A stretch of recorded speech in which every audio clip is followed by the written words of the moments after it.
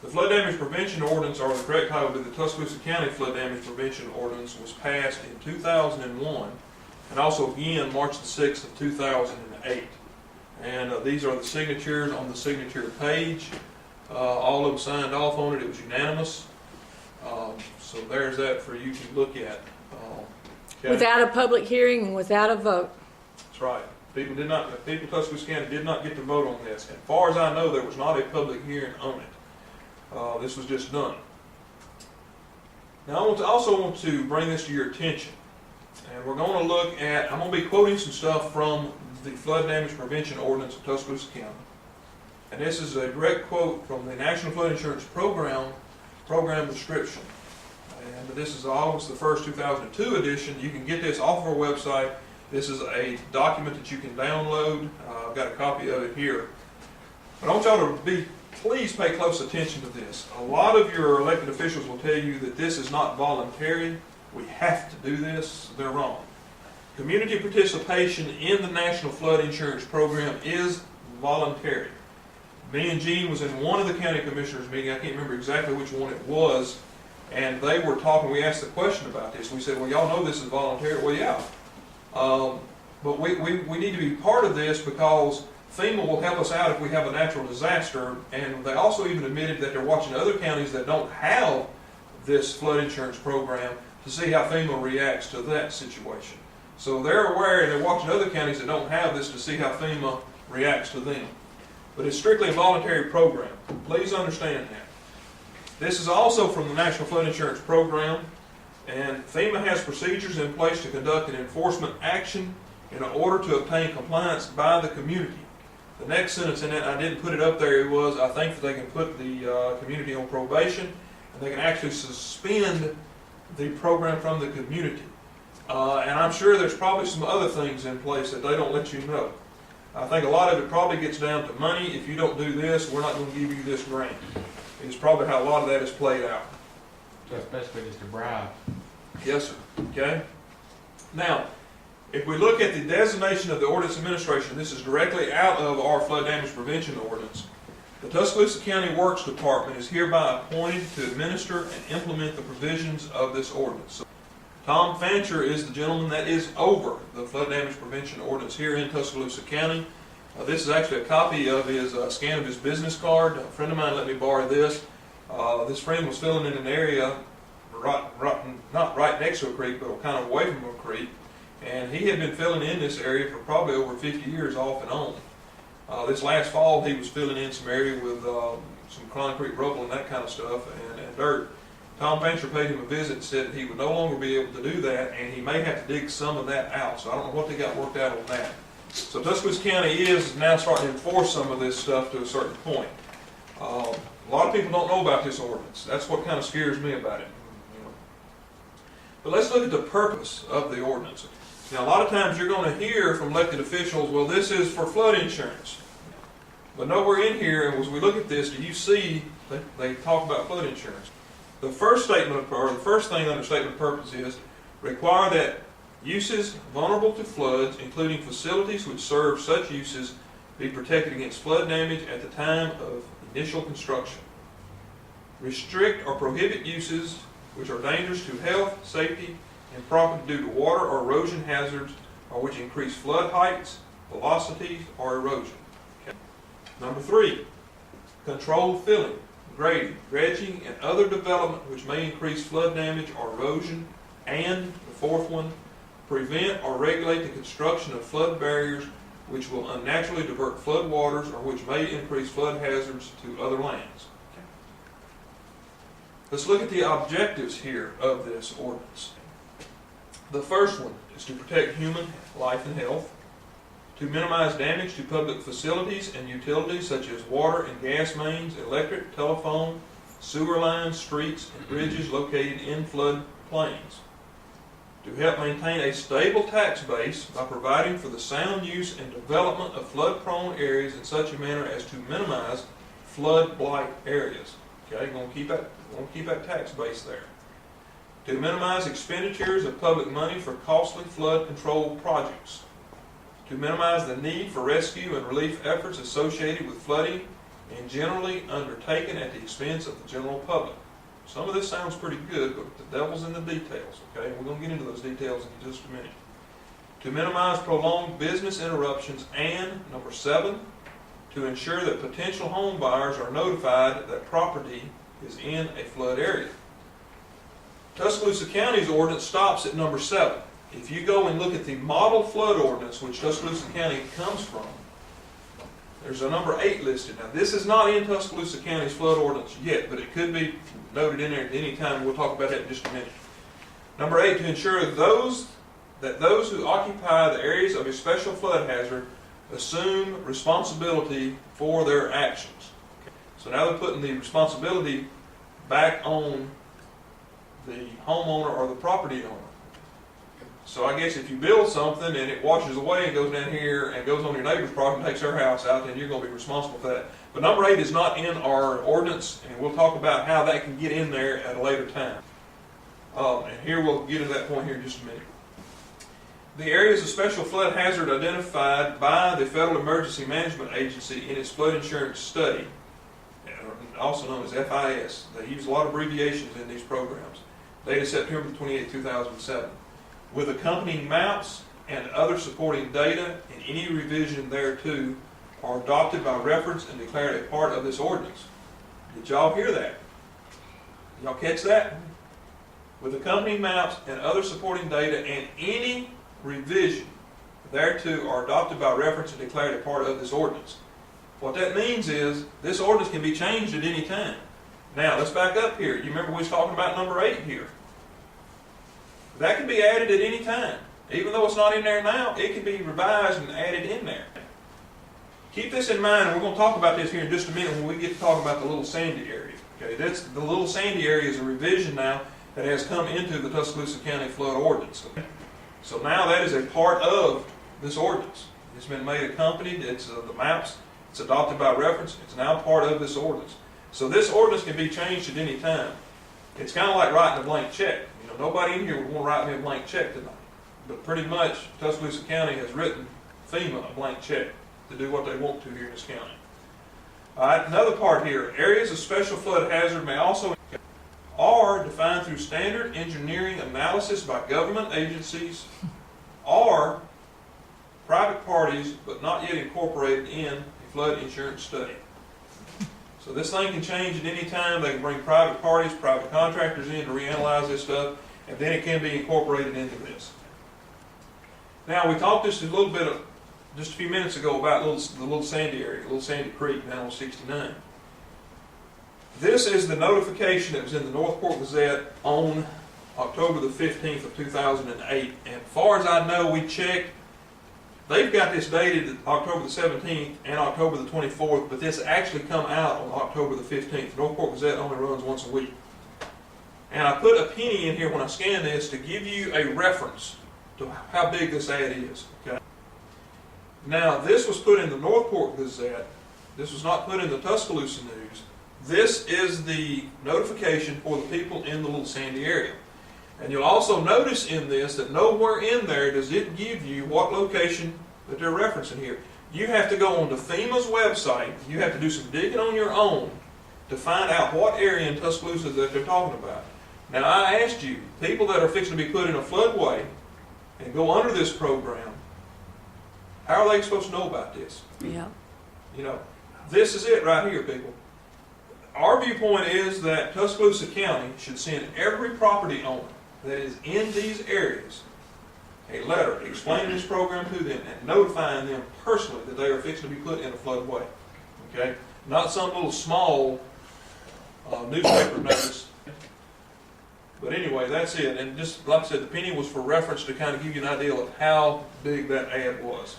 I think this is probably the minimum thing that they have to do for notification, the legal requirement, the minimum legal requirement, and this is probably it.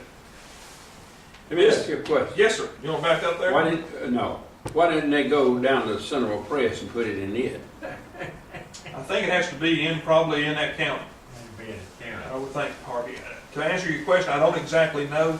I don't know all the legal ins and outs there, but I'm sure it has to be in the local paper. More people in Tuscaloosa especially over on this side, take the Central Press than they do the North Probably, Gazette. probably. But anyway, it's just probably the minimum legal requirement, and it was met right here. This is a firm, what's called a firm, which is a flood insurance rate map. This identifies the little sandy area to kind of give you some, and it's kind of hard to see on this, I know. But I come back in and blacked in the outline of the affected area. Okay, this is Highway 69 through here. Of course, Shelton State would be over here, or the new Publix and the area here. This white outline, I put that on to show this is Hinton Place. As you can see, about half of Hinton Place here is fixing to be put into this area. Now, this area over here to the right is on the east side of 69. That's correct. 69 is right here. So most of this is going to be about 2 miles up Little Sandy. That right there is Taylorwood Estates, isn't it? On your right up, right there. Yes, sir. Taylorwood That's Taylorwood Estates. Estates. Yes, sir. Okay, I didn't catch that Monday night when we Yeah. had it, but from what you got right there, I can Now see. we went to the Tom Fancher's office and got a copy of this with some other stuff. But this is going to go into effect February the 19th of 2009. That's next month. Yes, sir. Taylorwood Estate's not included in it. Yes, it is. Don't think so. The line? Oh, okay, it's put back off. It's right here. Okay. Okay. Okay, okay. Now keep in mind, this is just one area that's fixing to be added into the floodway. There's already a lot of areas in Tuscaloosa County that are labeled in these areas. This is just another one of those revisions or change. Now here's another thing too. What is to say next year or 6 months from now, they could revise this flood insurance rate map. They could raise the level, the base flood elevation up another foot, and there's no telling what else they can put in this area if they want to. Out in Montana, there was a bunch of folks that got upset because most people learn about this when their mortgage holder sends them a notice in the mail and say, you've got to take out some flood insurance. That's how most people learn about this program, or they learn that they're in a floodway. But out in Montana, in one certain area, FEMA went back, and they're now converting all their maps over to metric system. So what that done is it changed the contour elevation slightly, but it put some people in a floodway that had never been in a floodway before. And they learned about that when the mortgage holders on their property sent them a letter in the mail and said, you're fixing to have to take out flood insurance. Are you under the impression that majority of people right in that area don't know No, sir. what's No, they don't. No, sir. taking place? No, sir. We sent out 118 letters Tuesday to these people in this area. You mentioned Taylorville. There was one on the list that was in Taylorville Circle. Taylorwood Circle? Yes, sir. Okay. So that's a problem that I have. People don't know about this ordinance. The county doesn't send them notifications. Most people learn about this, like I said, when they get a letter in the mail from their mortgage holder on their property and said, you've got to take out some flood insurance. You have been put in a floodway. All right. Well, we got some property down where I live, and the creek runs right through it. And when it rains pretty hard, like it did here, got 2 or 3 or 4 inches, it gets out all over the place there. Got a pasture, and it grass is seeded. It don't wash it away or anything like that. But you can't build a house in that area, can you? If it's labeled in a floodway, you can't. Well, they hadn't got down there yet. They ain't There, there. I don't know. We might have missed that notice, Mr. Harvey, in the Norfolk Gazette. All right, let's talk about this some more here, okay? All right, now listen to this. This is page 14 of the National Flood Insurance Program description here. States that once the floodway is designated, the community must prohibit development within that floodway which would cause an increase in flood heights. Once that floodway is designated, the community must prohibit development within that floodway which will cause an increase in flood heights. Let's go on through this. What is the definition? We go back and look at the flood ordinance. Development means any man-made change to improve or unimproved real estate, including but not limited to buildings or other structures. And it includes mining, dredging, filling. Think about filling in, putting in a culvert. What about grading, paving, excavation, drilling operations, and storage of equipment or materials? Just about anything you do on your property can be construed as development. Okay? Also, compliance. No structure or land shall hereafter be located, extended, converted, or altered without full compliance with the terms of this ordinance and other applicable regulations. So now it's got to be in full compliance. Who are you going to, or where are you going to start that? Hang, we'll get there. Okay. We'll get there. We're going to talk about that here in just a minute. Let's look at the definition of structure here. Structure means a walled and roof building that is principally above ground. A manufactured home is considered a structure, of course, gas or liquid storage tank. One thing I do want to stress on this, when you go, and if you do go look at this flood ordinance yourself, which I would beg you to do, the first thing that you need to do before you ever start reading this ordinance is you flip over to the back and you start looking at the definitions. Because these definitions is kind of not exactly what we're used to. We're going to talk about new construction and also the definition of the existing structure here in just a little bit. But pay attention to the definitions. That's where you need to start with when you look at this. All right, let's talk about the permit procedure. And Harvey had kind of mentioned this or alluded to this here just a little bit. Now keep in mind, a lot of people don't know that their property may be in a floodway. So therefore, they may not be going down here and getting a permit. But before we talk about this, what is a permit? A permit is you asking permission to do something. A development permit is pretty much a development permission from the county. And if they can give you permission, they can also not give you permission. But anyway, application for a development permit shall be made to the Tuscaloosa County Engineer, which is the floodplain administrator, on forms furnished by the community prior to any development activities. So now you're in this area, you're in this floodway. Before you do anything on your property now, any kind of development activities, you're supposed to go down here now and get a permit. And of course, development here means, and we've already talked about this, any man-made change to improved or unimproved real estate, included but not limited to buildings or other structures. Now, let's talk about the interpretation here. In the interpretation and application of this ordinance, all provisions shall be considered as minimum requirements. In other words, this is the minimum thing that you will do, or it's the minimum requirement, okay? And liberally construed in favor of the governing body. So this is the minimum requirements that you're going to do, but it's also liberally construed in favor of the governing body. All right? Article 2, Section G here, warning and disclaimer of liability. You're all going to like this one. This ordinance shall not create liability on the part of Tuscaloosa County or by any officer or employee thereof for any flood damages that result from reliance on this ordinance or any administrative decision lawfully made thereunder. This is a legal loophole that you could take Bryant-Denny Stadium, if you could pick it up and throw it through that loophole. That's how big this loophole is. In other words, you're required to do all of this stuff, but Tuscaloosa County here has got an out. You're going to abide by the rules and regulations, but they're not held accountable for their decisions here. No recourse whatsoever. No recourse, yes sir. What is the penalties for violation of this ordinance? Article 2, Section 8 gives that. Any person who violates this ordinance or fails to comply with any of its requirements shall, upon conviction thereof, be fined not more than $500 or imprisoned for not more than 90 days, or both. And in addition, shall pay all costs and expenses involved in the case. Listen to this, people. Each day such violation continues shall be considered a separable offense. $500 a day. Or imprisonment not more than 90 days. For each, and each day is considered a separate offense. That would add up quick. And you could get imprisoned for 90 days just for one offense. Right.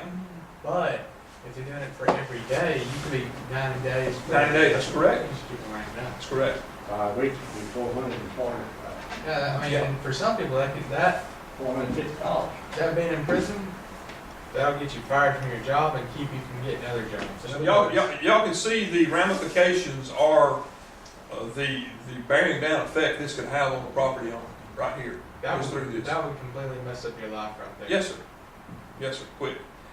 Okay. let's go on a little bit further with this. This is the duties and responsibilities of the administrator, which would be Tom Fancher. Duties of the Tuscaloosa County Engineer or the Floodplain Administrator shall include, but shall not be limited to. Okay, that's in bold print. I want you to kind of pay attention to this. This is his duties, but shall not be limited to. He's to review all development permits to ensure that the permit requirements of this ordinance has been satisfied, and review proposed development to assure that all necessary permits have been received from government agencies from which approval is required by federal or state law. Can I interrupt you? You sure can, Mr. Hardy. Now, a while ago, it said right up at the duties of the Tuscaloosa County Engineer. Who is Bobby Hagler? Okay, Now we come in on Fancher. Who supersedes who? I do not know. I understand Tom Fancher to be the floodplain administrator. This is actually a quote from the ordinance, and it does list out the Tuscaloosa County Engineer. Then it says floodplain administrator. Y'all remember, and I don't know if I told you this or not, I call this cut and paste ordinances or cut and paste government. You got it right. Okay? This right here was a blank that was filled in on probably the word processor, and they typed in the county engineer, and they should have took this out, the floodplain administrator. In other words, they're telling whoever is filling this form out, this is the floodplain administrator. Well, you're talking about two different people. Yeah. But I understand that Tom Fancher's in charge of this and is supposed to be the floodplain administrator, and now this ordinance says Tuscaloosa County engineer.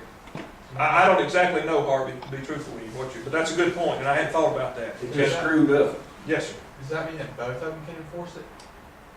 I don't know. They don't know what they got in there. They both can enforce it? I don't know. Okay.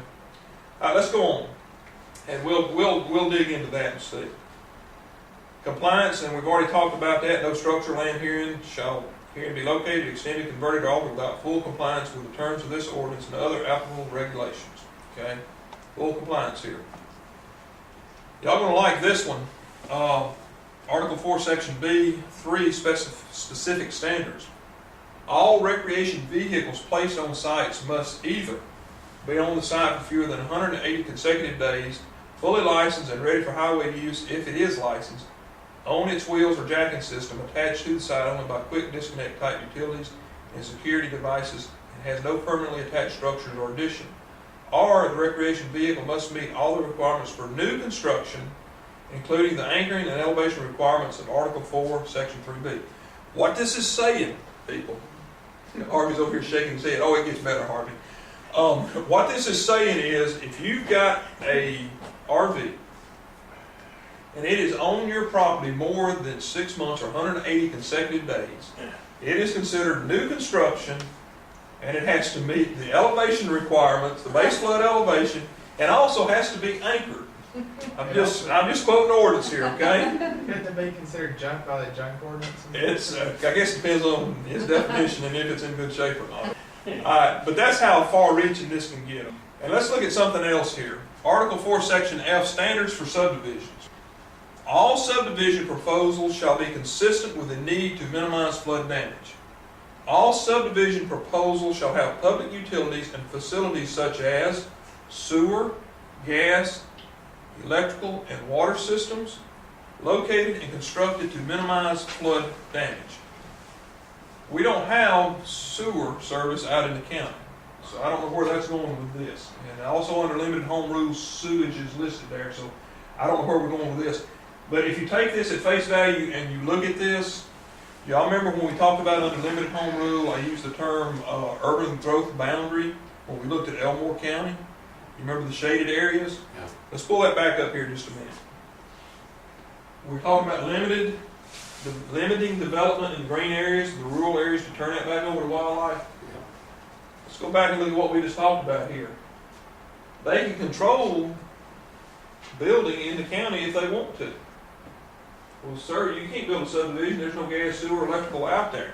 So they can limit what you can and can't do with your property through these subdivision regulations and through this flood damage prevention ordinance. But Yes, sir. on subdivision, they have got, if you want to call it ordinance or proposal or law, whatever way you want to go at it, that if you got 100 acres and you sell 10 off of it, then that is for those people that sit up there, definition, It's a and you got a subdivision. subdivision. Yes, sir.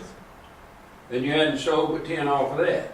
Now, in order to do that, you're gonna start up here where there is a road and build a road. It meets all kinds of specifications going to the back side of that, which a road is gonna cost you 4 times more than what the property's worth. Yes, sir. It's a way of limiting you in your property use. And think about too what we read earlier, that development, according to the National Flood Insurance Program, there's supposed to be no development in these floodways. So guess what? All they've got to do is say, well, no, there's no development in this floodway. You're not going to put that subdivision in. You're not going to sell that land to a developer to do that. How do they define sewage there? Would it be a septic system or? It would just says that sewer. Be a public sewer? I don't know. That's a good point. It just says sewer. I would consider this to be a sewer system. Public? Yes, sir. It's what I would think. I would too. That's what I would take that as. Or are they gonna do away with this, with the septic tanks? They're already trying to do that up around Lake Tuscaloosa right Yes, now. sir. That's coming. And another thing they're trying to do is like concerning subdivisions, if you have 4 children and you want to divide your land and leave it one, fourth of it to each child, that's also considered a subdivision. Yeah, that's what Harvey was talking about, they're subdividing that land out. And then if you've got, like he said, on the back side of the property, you've got to build a road that meets county requirements. That's right.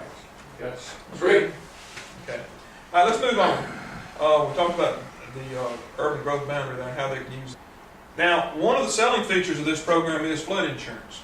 But if we also look under definitions, section 1316 under definitions, it says no new flood insurance shall be provided for any property which the administrator finds has been declared by duly constituted state or local zoning authority or other authorized public body to be in violation of state or local laws, regulations, or ordinances, read that last part, which are intended to discourage or otherwise restrict land development or occupancy in flood-prone areas.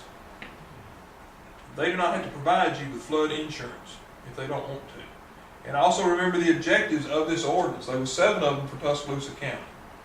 Providing flood insurance is not one of those objectives. Floodways, let's talk about here. Encroachments are prohibited, including fill, new construction, substantial improvements, or other development within the adopted regulatory floodway. Development may be permitted, however, provided it is demonstrated through hydraulic analysis performed in accordance with standard engineering practice that the encroachment shall not result in any increase in the flood levels or floodway widths during a base flood discharge. A registered professional engineer must provide supporting technical data and certification thereof. Encroachments are prohibited, and we're going to talk about this just a little bit more here, but I want you to kind of key in on something right here. You go down here to the office to get a permit. You want to do this to your property. Well, guess what? You're fixing to have to hire an engineer. You're fixing to spend some money to do something on your property now. You might spend all this money, and guess what? You may not even get the permit. Right. We've had that happen. Fred Gabowski, you probably don't even know it. No, sir. He bought the Benson farm, sod farm down yonder across the river. Okay. And he went through all of that mess. Was you with us when that thing was? They put that man, I don't know how many $1,000s he had to spend.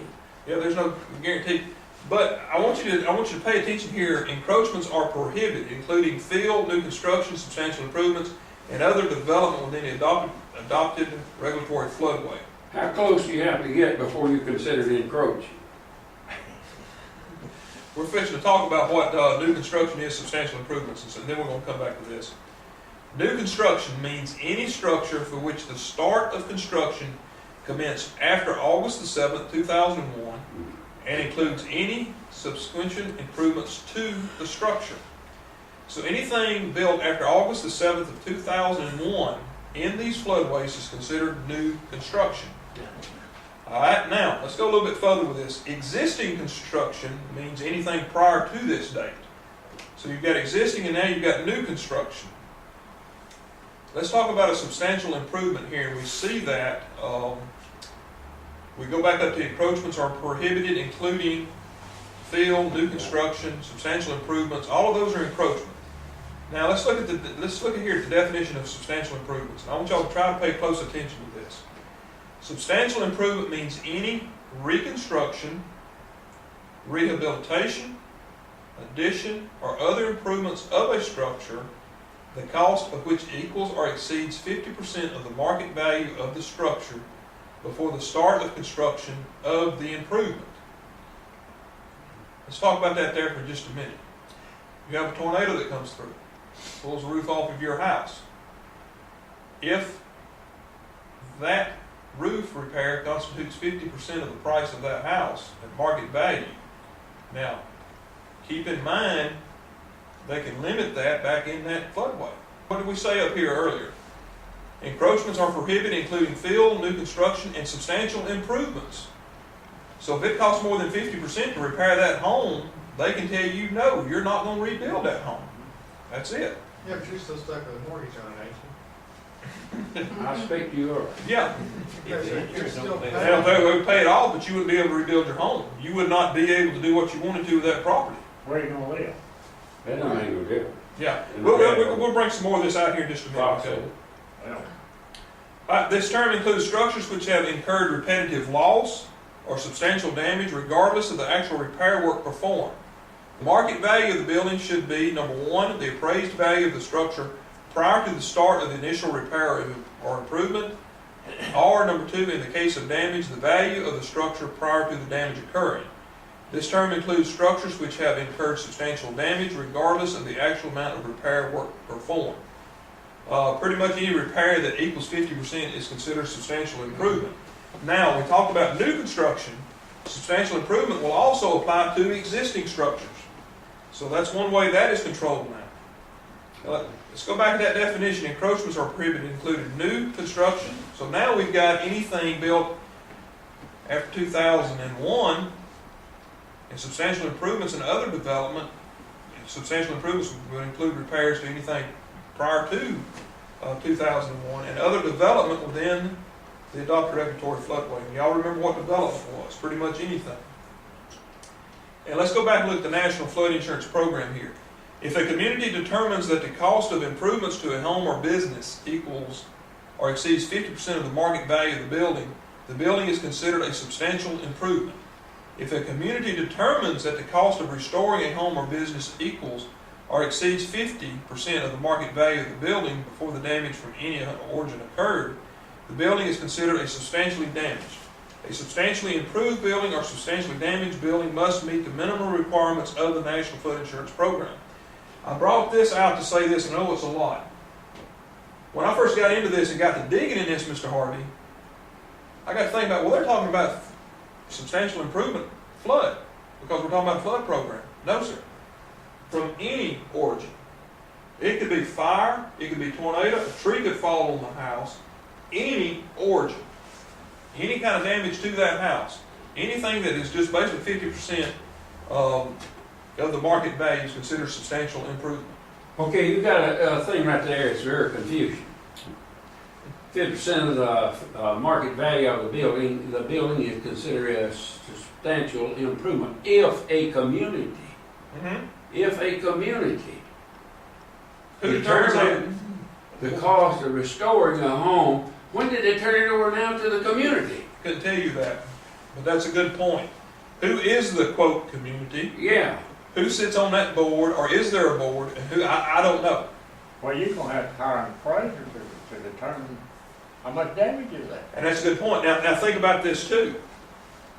If this ordinance is enforced to its fullest, the market value of that home is going to decrease because it's now in a regulatory floodway.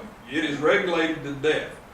Houston has got pretty much the same flood ordinance here, and property value has plummeted out there. So now it's not what it used to be before the program was enacted. It's 50% of the market value now.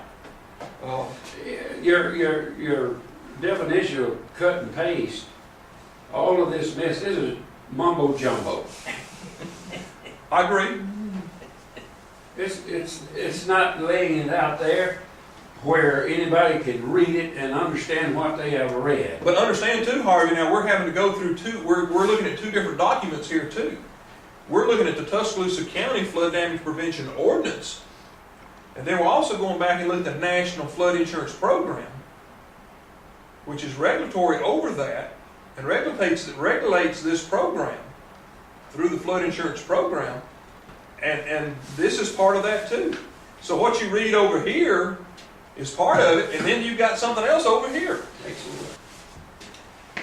This is just an example of some stuff that may have to do to existing or new construction. At-grade garages are allowed under or beside raised foundations.